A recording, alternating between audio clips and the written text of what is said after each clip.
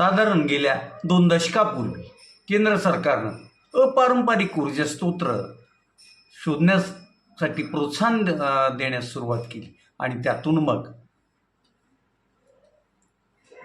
संपूर्ण भारतभरात जिथं योग्य असं हवा आहे वाहते त्या ठिकाणी मग पवन ऊर्जाची मोठी ही सुरू झाली. जिकडं तिकडं आता विंड मिलचं गरगरती पाटी आपल्याला पाहायला मिळतात.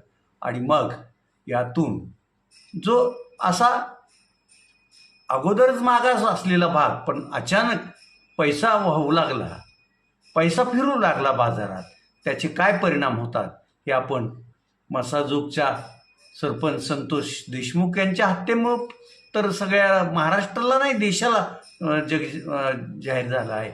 तर इकडं धाराशिव जिल्ह्यातही तुळजापूर, इकडं भूम तालुका, वाशी तालुक्यात जे अधूनमधून मोठमोठे भांडणं होतात, लांब दूरपर्यंत ही होतं, त्यावरून पण ह्या विंडमिल खऱ्या अर्थानं या परिसरातील विकासाला पूरक ठरतील का खऱ्या अर्थानं या भागातील ऱ्हासाला कारणीभूत ठरतील हे आता पाहायचं आहे.